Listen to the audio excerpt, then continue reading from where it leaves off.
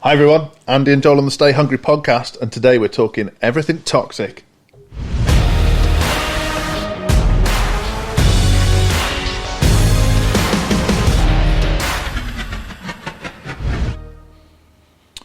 Hello, Mr. Rowe. Hello, Mr. Stone. How are you? All right, thank you. How are you? Excellent. Yeah, very good. Thank you. So you've come up with this one. Tell me what we mean by toxic. Toxic, funny you should ask, according to Oxford Languages, means very harmful or unpleasant in a pervasive or insidious way. Wow. Insidious, wasn't he in Star Wars? And the reason it came up is that so many people are talking about toxicity. I'm not actually sure they know what they mean by it, because even though there's much wrong with the world, there's a lot right with the world. And if everywhere you go, everything you see, there's toxicity, then maybe there's a common denominator. So just asking that question, really, about maybe... Got you. Yeah. Should we sometimes internalise, look inward, before just spouting our own toxicity about toxicity? Really hard to say toxicity. Toxicity, yeah. I guess for like business owners, this is an easy trap to fall into of like, oh, they're just toxic. Oh, the trolls are toxic. Oh, the news is toxic. Toxic. And even more so in a world where everything's so divisive at the moment. So if you don't agree with me, you must be toxic. And then you get cancelled. Well, yeah. And I mean, yeah, prime example. That's a good example. So Piers Morgan's just launched his new show, hasn't he? On whatever, Talk TV, is it? Okay, yeah, I saw Ant Middleton post something about it, yeah. And he was saying, oh, if you're a snowflake, don't watch this. If you're woke, don't watch this. I'm the anti-woke soothsayer, yada, yada, yada. Does he think woke and snowflakes are the same? Are they basically, in Piers' world, they're basically the same, I think it serves his purpose for them to be, yeah. But also I think he's a smart man. So he's deliberately being divisive to attract people. And you could argue Trump did it with American election. There's loads of people online do it. We follow some very well-known business gurus, for want of a better word, that do it all the time, comment on other famous people's posts with the exact opposite opinion, that kind of thing. Oh, God, that's become a worrying trend. I see that a lot now. I see it a lot in a number of industries where, right, I know, what's an example? Oh, I know, people talk about the 5 a.m. club. Both me and you getting up early. It's almost become a marketing trick now. Right, let's be anti 5 a.m. club. Let's be anti this because it's popular. It's like, well... Anti-diet club's one I keep seeing a lot at the moment. So, obviously there's hundreds of diets out there in the world. And there's a few coaches now who are saying diets are for wankers. It's all about lifestyle change, anti-diet club. And I've seen the coaches who are pro-diet saying that's nonsense, it's just semantics and you're twisting it to make it divisive. Yeah. And when you get down to the root cause of most of these things, it is just semantics. It's people, oh, you're right-wing, oh, you're left-wing. Well, there's very few people you'll meet that are entirely right-wing or entirely left-wing. Life's a bit too grey for that. Yeah, totally agree. I mean, it's... Well, someone going about the 5 a.m. club the other day. So, oh, right, it's bullshit because you need to get 8 hours sleep. Yes, that's why I fucking go to bed at 9 o'clock. Well, Andy, I'll have you know, if you go to bed at 9 o'clock and get up at 5 o'clock, there's no way you're getting 8 hours sleep. I think that's a toxic opinion. Right, I'm going to cancel you on Instagram now, Joel. Yeah, it's a strange one, that anti everything. It's like Piers Morgan, who said about him, deliberately divisive. It's the old 80-20 rule. He'll know that 20% of people out there will be loyal to his cause, and they'll be the ones who grows audience for him. And maybe that 20% will end up being the majority. Yeah. Because he's absolutely not trying to appeal to everyone, which we know is the kiss of death. Something we advise all our clients, that when you're so safe and so vanilla-like in the middle, you won't offend anyone, but you know what? You won't appeal to anyone either. Yeah, and I guess for a business owner, it's really tricky when they see influential people, and not necessarily Piers Morgan, but Stephen Bartlett could be an example on the other side, the polar opposite side of things. But you see influential people. Has he interviewed peers? I think so. Yeah, I think so. Yeah. But when you see these influential people utilising their position to be divisive and to say controversial things, or to say things on the far side of an argument, it can make you feel as a business owner that that's what you need to do to market your business, to attract people. And that isn't what we're saying. We're just saying that you need to pick your audience and speak to them. And that doesn't necessarily have to be people with extreme opinions. It's just that, let's say you sell, I don't know, colouring books aimed at girls between 5 and 8 years old. There's absolutely no use you running ads aimed at boys 15 years old. It doesn't make sense. And what people like Stephen Bartlett, Piers Morgan, Donald Trump are very good at is sticking their colours to the mast.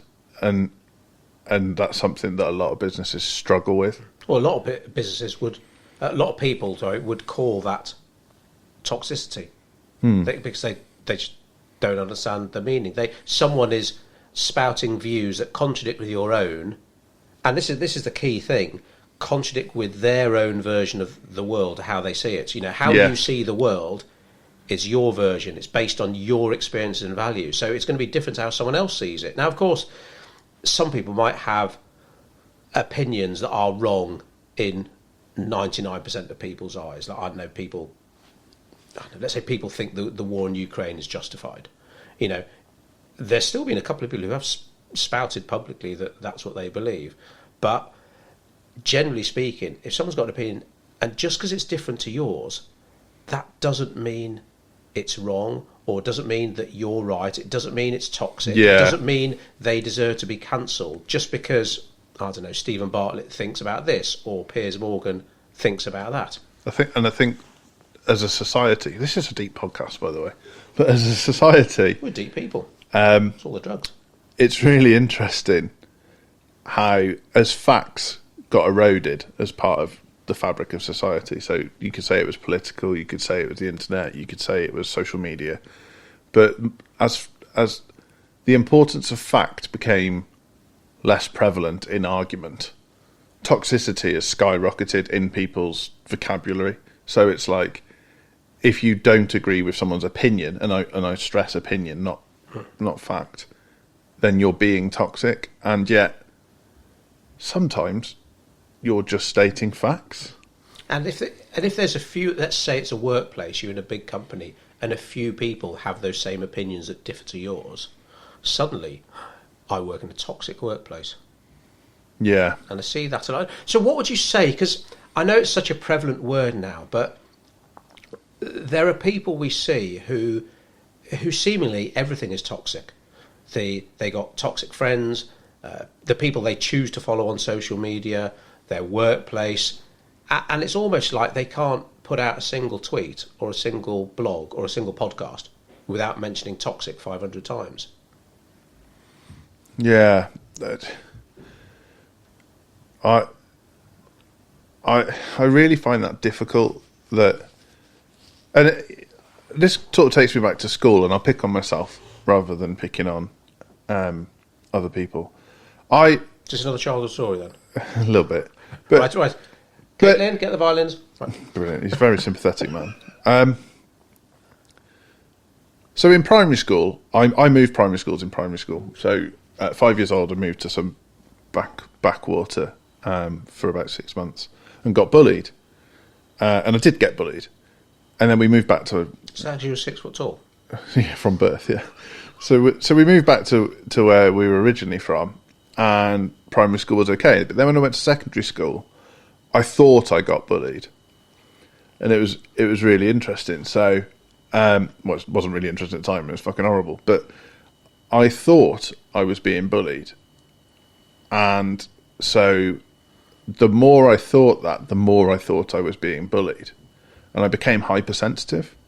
What do you mean? Why do you think you were bullied? You were or you weren't, isn't it? I don't know. The world's a lot more grey than that. So you mean looking back, you're thinking, actually, I wasn't bullied after all? So well, as you know, I've had my troubles with anxiety and depression. Don't mind saying that on the podcast. And when you're an adult, it's very easy. It's much easier to identify emotional issues in yourself than it is when you're an 11 or 12-year-old. When you're an 11 or 12-year-old, if something's making you feel sad, there must be a contributing factor. Or if something's making you feel worried, there must be a contributing factor. So when, let's say, the girls in my tutor group used to take the piss out of me, Why did they take the piss out of you? Well, for the same reason they took the piss out of everyone. They were... No, but what did they pick on? Because I say there's a guy at my school, I don't even give a shit if he's listening, a guy called Adam Smith. And he literally would hone in on the littlest imperfection, for want of a better word, and that was his in to try and bully you. So for me, obviously my ethnicity. For some people, it could be ginger. It could be because they're wearing glasses. Whatever, he'd find that, and and he'd really chip away at that little thing till it actually would become an insult. So there was a kid at our school who was ginger. He didn't give a shit about it, but by the end of his school days, he really had a complex about having red hair. Yeah. So I wouldn't. I'd say these girls were sort of. They were doing it to everyone. They weren't singling me out. Right. Okay. They weren't singling me out. So they do it to everyone. To some, it was like water off a duck's back. They're just like, "Oh, get lost, you silly woman," sort of thing. To others, they'd literally cry in front of them and be like, they get wound up every time. And it was, and I was probably somewhere in the middle where I was like, I took it really to heart, but never publicly display it. Right. And then I'd beat myself up about it later. But then the more I beat myself up about it, the more I noticed it. So then the more I noticed it, the worse it got. But their behaviour hadn't changed. They just got a bit of a kick out of being idiots, really. But it wasn't like they weren't singling me out, to be clear. And then as I grew into an adult, I realised, well, my sensitivity to the situation was hindering me. And well, actually, I had an incident where year 7 and year 8 I found quite miserable. So year 9 I decided to actively stand up for myself. Well, so what age is this, these schools? 11, 12. Right, okay. So when I was about 13, I thought, right, next time I go back to school, if anyone says anything to me that I don't like, I'm just going to bury them. And as you know, I'm like relatively dry-witted and sharp-tongued. Sarcastic, that is. Yeah. Sarcastic prick, yeah. And, you know, I remember one girl, and I won't say her name, although weirdly she's inquired about working with us, and this might be why, came back to school and she said something like, I think I had acne at the time, and she said, "Oh, how you doing, Spotty?" or something. Right. And I said something along the lines of, "Your mum didn't moan about my spots, but I suppose that's because the light was off." Very good. Very good. And that was the turning point for me. Straight away, everyone was like, "Oh, don't mess with him. He'll just humiliate you." I thought you were going to say you turn around and lamped her or something. No. And I realised quickly in my head, I was like, "Oh, this is a coping mechanism," and I haven't been being bullied as such. They just get away with it because no one says anything back. And it wasn't, you know, there was bullies at our school, people that literally drilled people into the ground and, you know, beat people up and stuff. But that's really good, yeah, because I had almost the opposite, because I was working at a place where this guy called John would always take the piss out of my height, or rather my lack of height. You know, morning short arse, all this kind of stuff. And it's like, oh, that's funny. Then, you know, start going on and on. It's like, actually, it's just not even funny anymore. It wasn't funny to start with, but there we go. And then one morning, it was like, "Hey, morning, shorty." And I turned around and I was like, "Hey, morning, fatso." And the office just went deadly quiet. I was like, "What's the matter?" "You know John's sensitive about his weight." It's like, well, I'm sensitive about my fucking height. Nothing I can do about that. He could stop eating less, you know. But it was like, it's like, so when I should come back with a reply, it's like, right, okay, so you can take the piss out of that, but not this. And to be honest, I still struggle with where that line is now. Anyway, thought I'd throw that. Yeah, so your reply was a lot wittier than mine. Mine was just factual. So what I'm saying is that if you're feeling like everything's toxic, number one, have a look at what you're surrounding yourself with, because I mean, it's difficult at school. If you're in your tutor group, you can't get away from them. They're going to be there. So was that a toxic tutor group then, by today's definition? So I've also realised as an adult, we were the tutor group that when people played up in the other tutor groups, they got moved to our tutor group. Okay. So we were the rejects. Okay. But I wouldn't say it was toxic. I'd say it was a bit of a survival of the fittest environment. And I think sometimes you have to go with a bit of thick skin into situations. So the amount of comedians who get hammered on Twitter and then say, well, Twitter's toxic, I'm not coming on there anymore.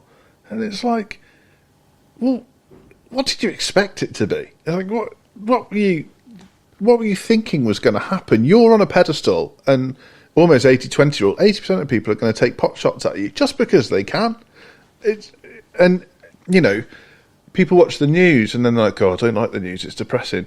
Well, what did you think was going to, That's what makes me when people talk about toxicity on social media. It's like, well, generally speaking, the things you see on social media are the things you are subscribed to. Now, I know, obviously, sometimes it can be different. Like, if you see a post on LinkedIn, then obviously you can see what that person's connections are saying. So it could be someone who's a second connection or even a third connection. Yeah. So you can't control everything. But generally speaking, a lot of what you see is out of your choice. So it's like we say about the news, like me and you, we never wake up to the news. Sounds like we share a bed then, but I didn't mean like that. But it's like, no, I don't want my day to start with how many people are dying from COVID or whatever, or what's going on in you. It's not a good start to the day. I will consume the news when I want. That's generally speaking once a week on a Sunday. I'll read the Week magazine, and that's me done. But if like you think, oh, everything I'm seeing on Facebook is so toxic, well, you're following the wrong people then. Yeah. Go and unfollow or disconnect or unfriend or unlike all these pages and people you say are spouting toxicity. You have a degree of control over, that's for sure.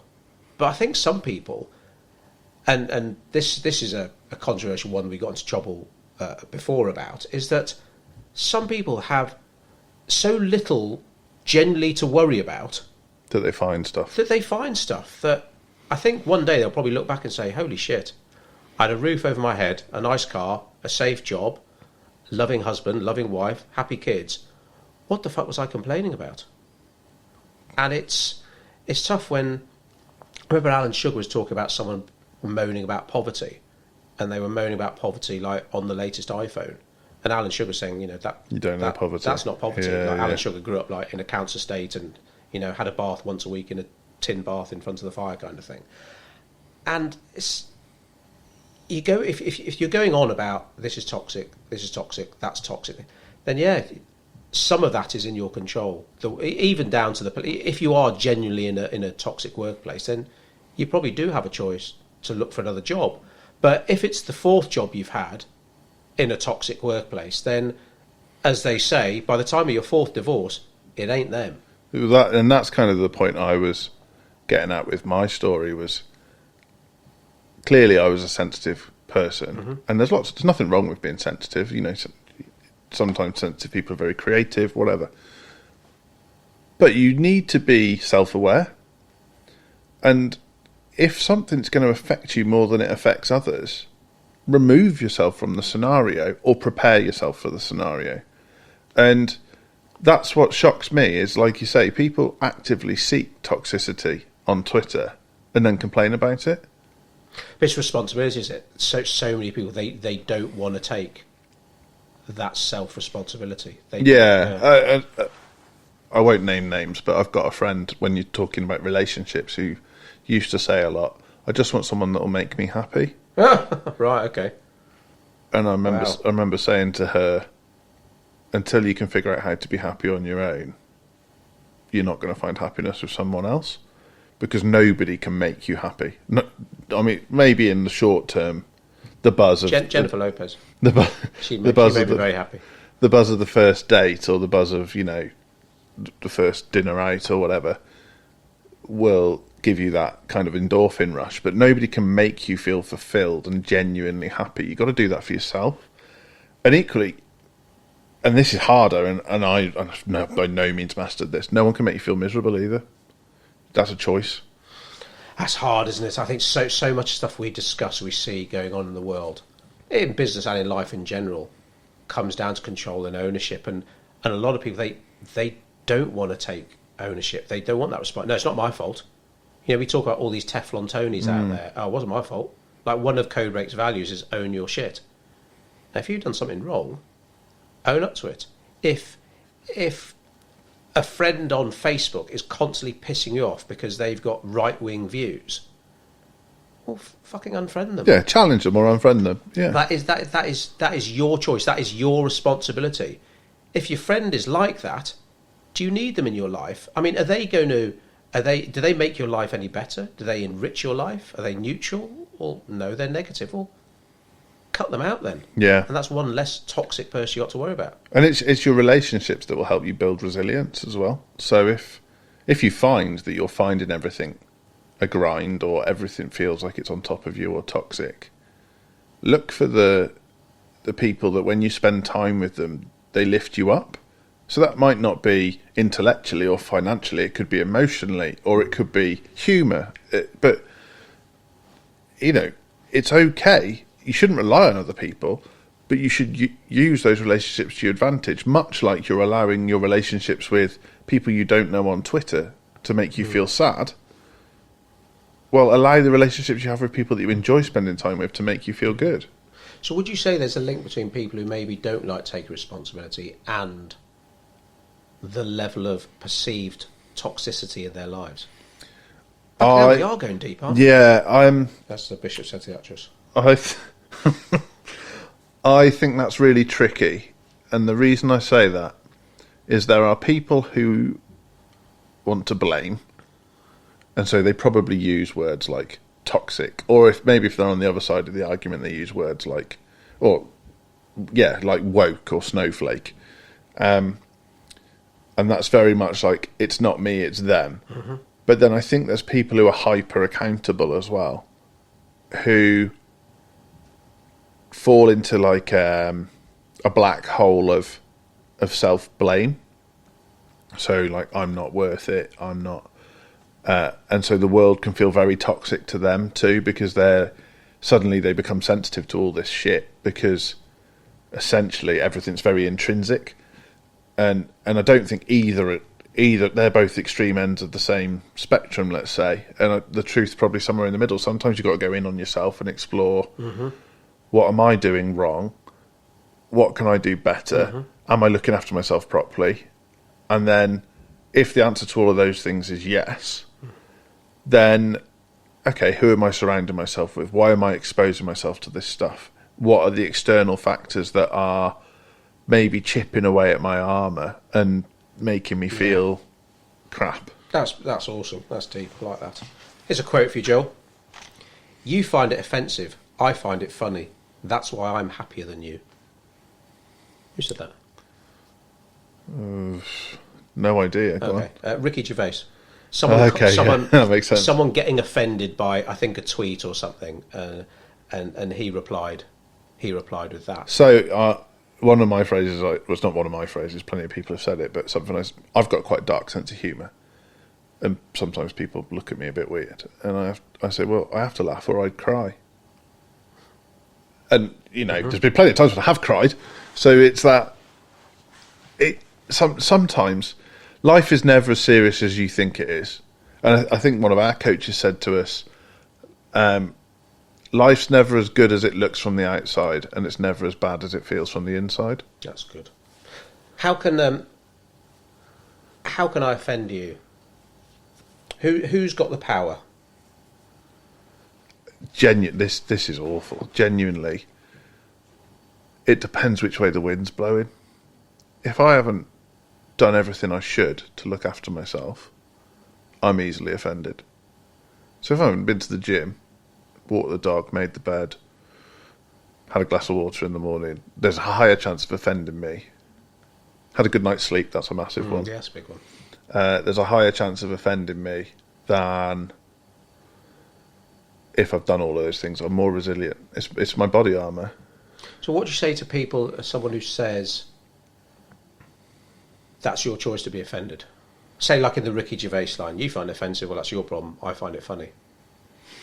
How much choice do we have in being offended? Like, so no woe is me story. We've all got woe is me stories. I think you more than most. So when I was good job, I'm not sensitive to that. So you got lots of sleep, I know I can say this. Again, sounds like we share a bed together. We don't, I promise you. It's not Wednesday, is it? No. So something that used to go on when I was a kid, and it was actually referred to as packy bashing. When you go and beat. Now, so that's something I had to deal with. So when someone used to call me packy, I'd get. I suppose as a young kid, I didn't know what offended was, but it's like, well, yeah, that is offensive. But even then, is it offensive, or am I choosing to be offended? So I can't pretend to have anything like that. Privileged white man. Yeah, exactly. I am like, this isn't the same, but I guess that the nearest to empathising with that is I had a dad in a mental hospital for a lot of my youth, and people would say to me, "Your dad's mental," right, or "Your dad's a nutter." And I know now, as a mature adult who knows better, those people were ill-educated or trying to get a rise out of me or doing it for social standing. Mm-hmm. So, like, when you're a teenager, the person that either terrifies everyone or gets the most laughs is usually in control, and sometimes both. So yes, strictly, I think you are choosing to be offended, but that's much easier said than done, particularly in like a school environment or. Well, what about some people must? Well, some people get easily offended, don't they? Some people get offended by anything and everything. I wonder if some of them choose. Like I'm the sort of person, I just get offended by everything. Everything's toxic, Joel. Not consciously. And do you think that's shaped by their experiences? Because I know. I think I know one of the reasons I don't get wound up or easily offended or angry about when I hear people directing shit at me is because it can't be worse than packy bashing. So, and maybe a bit naively, I thought being half white, half Indian would almost give me a foot in both camps, so that'd be cool. I'd straddle both communities. But most of the time, I'd get shit off white people for being half Indian, and I get shit off Indian people for being half white. And in fact, a lot of the fights and stuff I get into were with Indian people. So don't get me wrong. There was another Indian kid at school, and he was quite he got quite shook up by it all, and nothing major, but he sort of went one way. But for me, it basically toughened me up because I was son of a doctor, middle class, generally speaking, and didn't want for much. So it was quite a lovely upbringing. But that toughened me up. So now there's not much people can say that are just really pissed. So I don't take offence easily, I guess what I'm trying to say, because of that. There's an interesting thing you've raised there, and it'll probably provide some insight to people listening. What is it about you, or what's happened in your life, that rather than you could have gone, I got horrendously racially abused as a youth, and then to top it off, people have said this to me, said this to me, said this to me. So you add it to the list. But you're not doing that. You're doing every time someone says something now that is directly aimed at you, you're saying, well, I've heard worse, so can't hurt me. What's created that resilience in you? Because not everybody would react like that. Well, I know my mum used to say to me as a kid, at a very young age, "Oh, you're stubborn, you are." She'd tell me, like, sometimes she shouted at me, and she said I'd look at her with this look of defiance. And back then, stubbornness was an insult. Now I take it as a compliment. It's a good thing to be stubborn, Joel, to know your mind. Pain in the arse. Single-minded bastard. See, I got a degree in psychology, believe it or not. Not that I studied much. And it's just one of those arguments that will just rage on, that what are you born with? What do you learn? And the cop-out was everything is biosocial. It's partly what you're born with and partly where you grew up and stuff, and what you grew up surrounded with. But I think something like that, I think you're born with it. That stubbornness. I mean, I can see in my two children from almost birth, they were different. And that's still true now. There are certain elements. Oh, God, when Maddie was 6 months old or a year old, she used to be like this. When Holly was 6 months or a year old, she'd be like that. And they've carried those traits through with them. And obviously they're shaped by their environment and Emma and I, and the school they go to, the friends they hang out with, all that kind of stuff. But I think something like, okay, you're being racially abused. Him, it breaks him. Him, it toughens him up. I think that seed is sown, if not from birth, then very early on. Like have you read Goggins? You Can't Hurt Me? Yeah. So, I mean, some of the shit he went through, and obviously that's just given him almost like, I think, an impenetrable shield now that you can't hurt him now. Nothing you say or do to him can be worse than what his dad used to do to him. And that's why it upsets me when I see people getting upset what strangers say about them on social, because we know a lot of our clients, one of the biggest fears they have is like, I need to be more vocal to take my marketing to the next level, but that means I'm going to attract a few more dickheads. And it's like, when we're coaching them on their mindset, it's like, is a stranger's opinion going to be more important than you providing for your family? It's almost how you have to look at it. And I think that's a great way to wrap up on this, is for business owners, it's not always going to be possible to avoid what is deemed toxicity. So you need to have a think about, one, do you want to put your head above the parapet? Which, if you're going to be a successful business owner, I'm afraid you're going to have to. In one way or another, you're going to have to put your head above the parapet. And two, when you do, what have you got in place to protect yourself? And it might be something simple as making sure you have a good breakfast and go to the gym in the morning. It could be something as simple as that. But if you're in high pressure scenarios, it might be mindfulness, meditation, yoga. It could be that you've got a full-time therapist, whatever it takes to make sure that you're comfortable in the environments that you need to go in to succeed at what you're doing. Absolutely, yeah, because I suppose ranting and raving and complaining about toxicity, even if it's true, and obviously it could be, that isn't going to solve why you're feeling like that. And that is definitely in your control. There are things you can do to protect yourself from the toxicity around you. Massive. Boom. And on that note, everyone, I thank you and good night.